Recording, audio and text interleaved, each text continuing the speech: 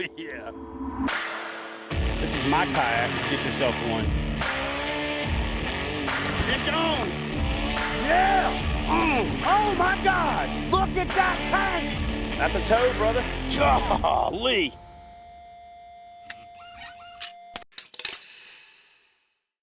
All right, guys, so one thing I want to point out, which has become a big issue for me lately, is kayak manufacturer weight rating. So I want to clarify one thing about the Outback. And Hobie does a really good job of updating their stickers. And it basically says 275 pounds or one person. And then down at the bottom, there's a little note that talks about the 425 is the total capacity of persons, gear, and the weight of the boat. So that's something you have to keep in mind. When you hear 425 pound weight capacity, that doesn't mean if you're 375 pounds, you could get in the boat with another 50 pounds of gear. It just means that's the total capacity of the craft. So Hobie does a good job of talking about that. They also actually meet the NMMA standards for flotation, which is rare in this industry. So just keep that in mind. Total capacity is not how much you can put in or on the boat. Total capacity is how much that boat can float, including everything. So Hobie does a good job of talking about the total outfitted weight of their boat. In fact, their catalog calls this boat 103 pounds, and it's actually been updated recently on their website to 107 pounds. Then if you add in the turbo fins, I think you add 3 more pounds to that. So just keep in mind, weight's a big deal in fishing kayaks. I think Hobie is moving in the right direction. I think everybody in the industry is fudging the numbers a little bit, but Hobie's one of the ones that's doing it right by at least making you aware of the fact that you have a weight capacity that's lower than the total capacity. And recently, they've also started updating their seat capacity. So even if the boat can float it and the seat can't hold it, they clarify that on their website. So before you buy a Hobie fishing kayak, be sure to check out their website to get the latest and greatest information. All right, guys, so look, I had the opportunity of spending a day in this boat, and I gotta be honest with you, I actually discredited this boat before I went fishing with my good buddy, Brandon Barton. My son Austin and I went offshore fishing in Pensacola, and I really fell in love with this boat. The things that I thought about the boat before I actually had a chance to use it was too narrow. I didn't think the seat was gonna be comfortable. I just didn't think it was gonna be, you know, as big a performer as it was. I just honestly thought it was gonna be too slow. I thought it was not gonna be stable enough, and I thought the seat was gonna be low.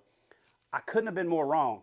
So we're here in Ocean City, Maryland, and I stopped by to talk to my good buddy, Mr. Dean Lokey, at a real cool shop called OC Kayak. And before we jump into this video, this is a real kayak fishing shop where you walk in and they've got the gear to rig your boat. They can rig your boat for you. They're putting together a Yakima trailer out in the parking lot right now. Like, this is old school, like legit, real. So if you're anywhere in the Ocean City, Maryland area, or if you want to make the drive to some awesome fishing and a wealth of knowledge about kayak fishing, check out the folks at OC Kayak. Dean will definitely get you taken care of. All right, so rather than walk through the boat and try to act like an expert after only spending one day in this boat, I decided to get Dean to give us the full walkthrough, talk about the features, the specifications, all that good stuff. And like you guys have become accustomed to, we're gonna do the full walkthrough of the boat, then I'm gonna go out and do a full day on the water, and then at the end, I'm gonna do an overview, review, and kind of a rating of the boat once it's all said and done. So Dean, why don't you take us from the bow to the stern and talk about the features.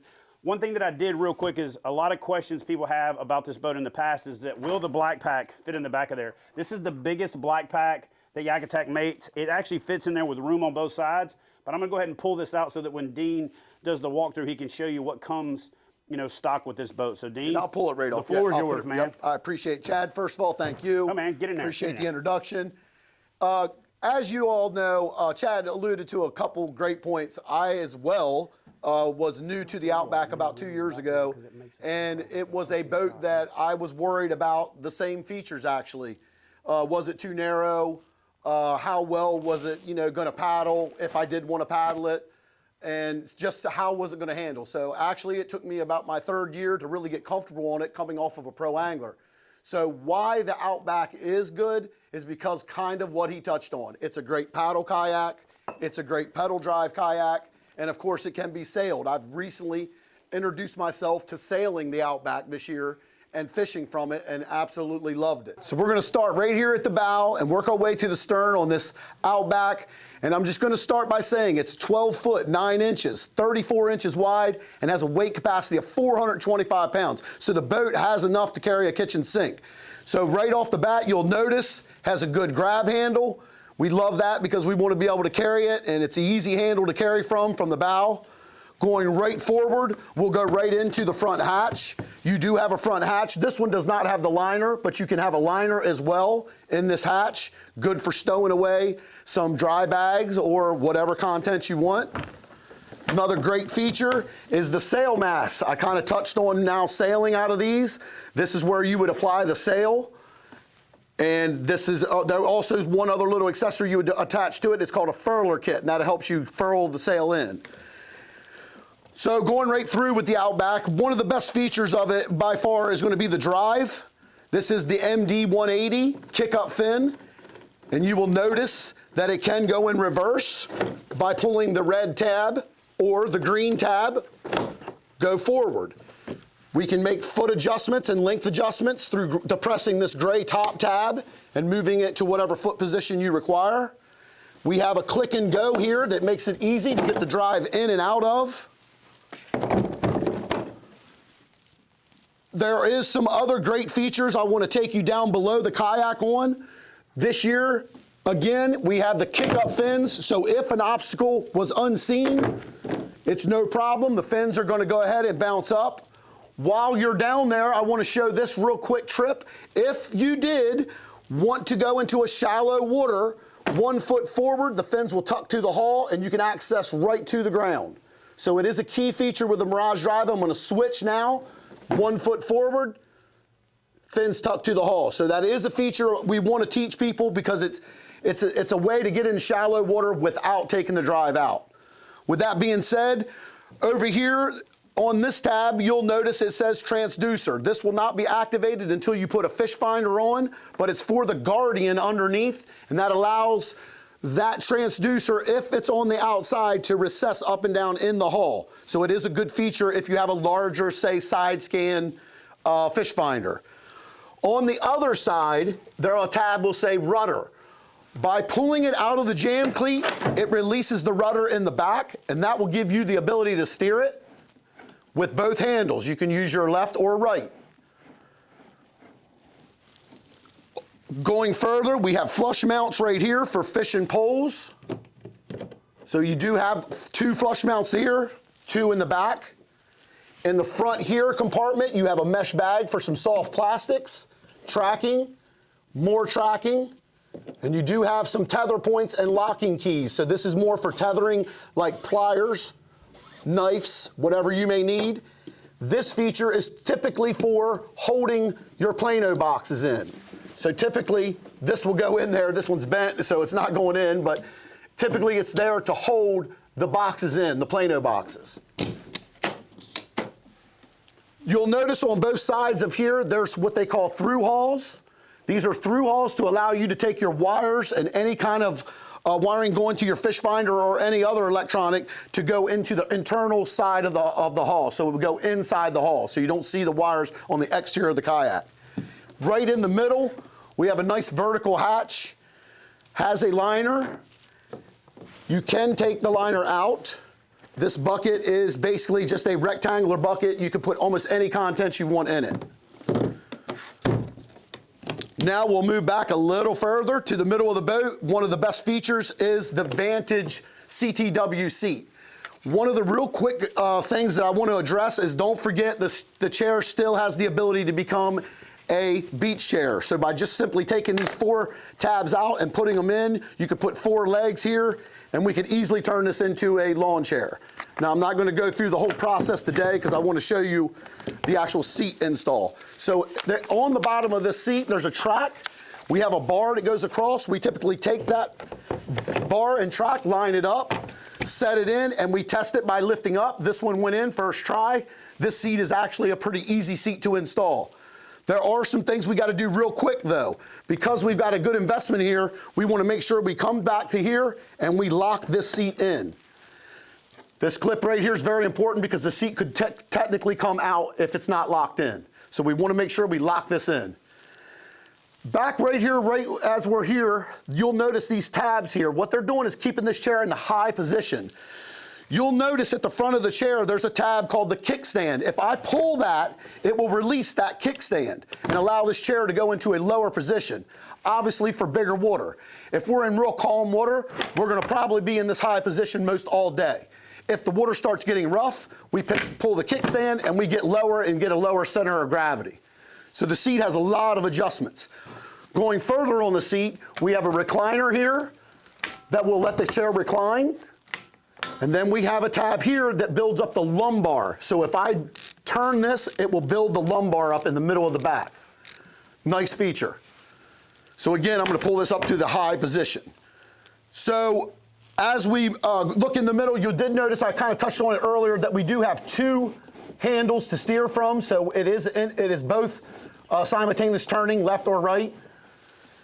If we continue back to the tank well, it's basically a repeat of the front, so I'm gonna kind of skip through this a little bit. It's a tank well to hold any accessories, such as Chad was alluding to earlier, our black pack. And this is the 1616 black pack, so it will hold the 16, the biggest one they make. So this is an area where we could put live wells, these kind of crates, any kind of stuff that we want back here. You could even put a fish bag back here if you wanted. Duplicated up here on the front with the tracks in the back, so there's not much there. I do want to touch on the rudder though in the back, and I'm going to go back into the back here and show you one of the other great features about the Outback is simply that everything is functionable in the low water. So if we were to hit an obstacle or hit ground, no problem. The rudder will retract and then come right back down. So if we took this right to the beach, it's just going to do this. As soon as we pull out into the little bit of deeper water, it's going to clear and come right back. If we need it to come up for whatever reason, we simply just come back to our rudder handle and we pull it in and jam it in the jam cleat. Now it's in a position out of the way.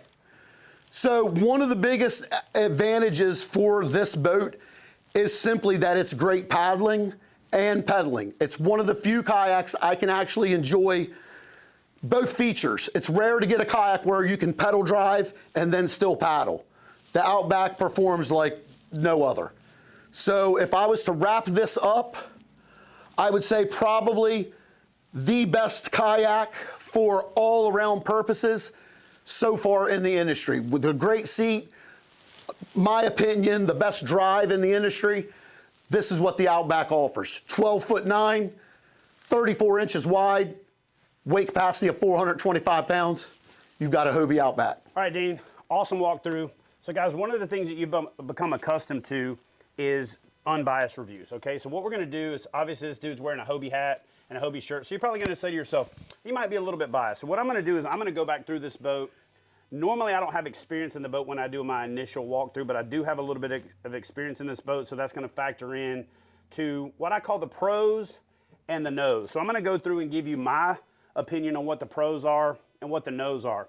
First and foremost, Dean talked about how strong these handles are, but I'm a shallow water, really stealth fisherman for bass, and this handle knocking around drives me crazy. I saw on Instagram a Hobie angler who actually put a rigid handle right here in line and kind of solved that problem. So if that doesn't bother you, no big deal, but these little handles that flop around drive me crazy. And again, the easy solution that I saw for it is a guy actually took a Hobie handle, mounted it right here. You have access to the back. It gives you inline carrying. You don't have this rope for lures to get caught in, and this thing's not gonna, flop around and bang the boat when you're moving your pedals back and forth. I love the fact that Hobie made these where you don't have to adjust the seat, but you can adjust the pedals. Listen, guys, there's no ifs, ands, or buts about it. Hobie is the clear leader in the pedal drive. You obviously pay for it in the price, but the reverse being red and the green, it's redneck proof. Green means go, red means return, or reverse, I'm sorry. So that's easy. I love these cam cleats that automatically, tension. You can't mess this up, and they even put the word rudder on it, so if you don't know. And then probably the highlight of this boat and a lot of what Hobie's doing right now is this retractable transducer. The ability to get the structure scan transducers down below the hull, not having to modify it, and then you can pull it up and lower it for heading into boat ramps, going into shallow water, is a game changer. The game changer phrase is overused, but when you say something is a game changer, it has to change the game, and I think that a lot of people are going to adopt that. So, kudos to Hobie for pulling that off. The nose for me out of this boat is it's a little bit of a narrow cockpit. I like to stand, And so it was a little bit less confidence for standing for me. And I'm a trained circus act when it comes to standing in kayaks. Even as a big dude, I have a lot of really good stability. I also don't normally like flush mounts.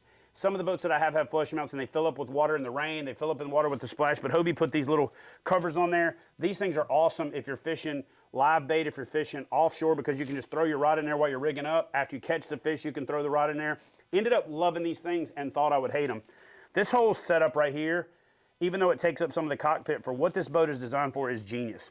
The only downside to it is I like top loading tracks so that you don't have to take everything off to get there. But to be honest with you, with where this is laid out, you're not gonna put a lot on there.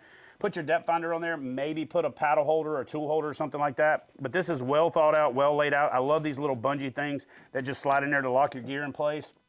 Again, if you don't step on them, chew on them, bite them, and break them, they work really nice and clean. I'm also a big fan of the both sides rudder. I'm an ambidextrous person. I can cast with both hands. I can set the hook with both hands, that whole thing.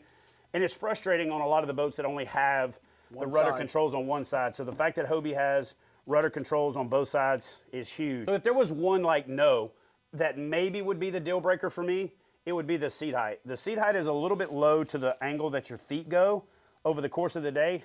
But then again, I almost never fish without a seat cushion from Kayak Cushion anymore. When you throw the kayak cushion on there, solves the problem. You don't even need one for the back because Hobie is by far got this back tensioner dialed in. Doesn't sound like a big deal, but over the course of the day, having that little bit of added lumbar support is huge. The seat is lightweight. It's a really small frame, doesn't add a lot of weight. Oversized tank well, really everything in the back, nothing but good things to say about it. The rudder works fantastic. Again, I didn't know this about Hobie a long time ago, but the whole put your fins over to the side to go into shallow water is a huge deal. And I also watch a lot of the Hobie guys flutter kick, and they can move around. So that dispels a lot of the myths that you can't get into shallow water or you can't move into shallow water.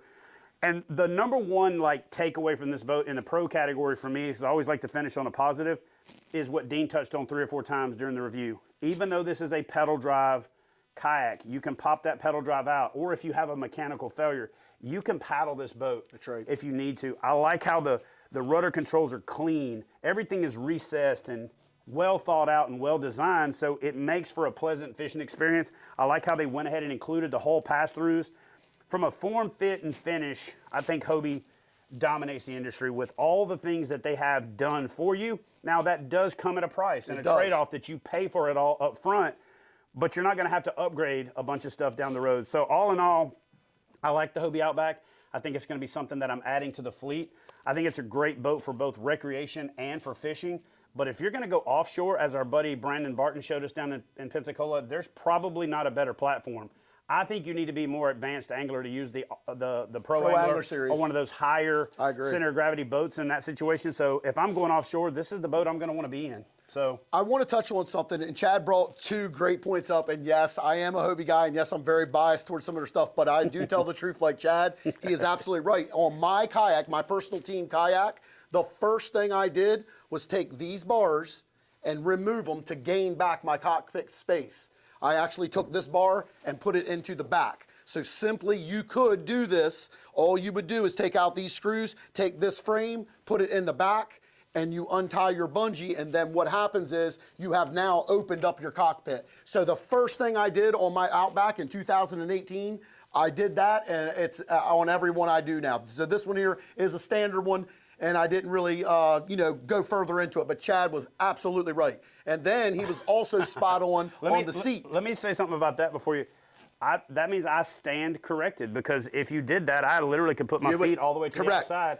I get my stance a little wider. We're going to try that when we get this thing out on the water. You will love it, and mine will have that already there. And he also touched on a great note.